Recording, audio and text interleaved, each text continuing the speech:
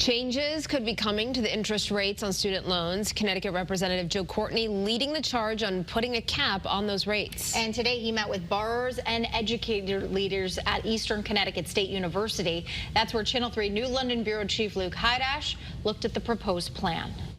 I feel like I'm being punished for having decided to go to law school. Lorraine Galvis is a first-generation Latina American. Her parents are immigrants who worked hard for her to go to college.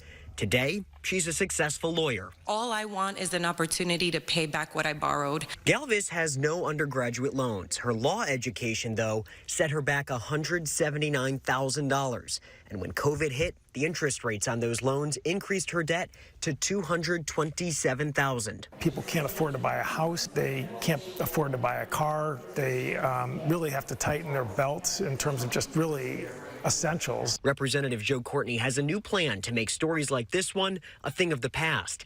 He's introduced the Student Loan Interest Elimination Act. It would cap interest rates on student loans at 4% for future borrowers. How much you earn dictates how much you pay in interest. Existing federal loans would be refinanced to 0%. That would mean a lot to me. Grace Carlos graduated from Eastern in May. She too has student debt and hasn't started paying it back. I'm trying to save and trying to plan financially. To imagine that number decreasing due to the interest being eliminated, that would help me out tremendously. If this passes, the Department of Education will open a new trust fund. Payments from borrowers on their principal balance would be invested, which would make up for the lost interest. We've got a divided Congress, so we're going to have to work through the different chairs on both sides. After the COVID pause, student loan interest started accruing once again on September 1st, and payments resume October 1st. It's impossible to go to school without a loan, and it can be very discouraging. The bill still needs to get a budget analysis from a bipartisan office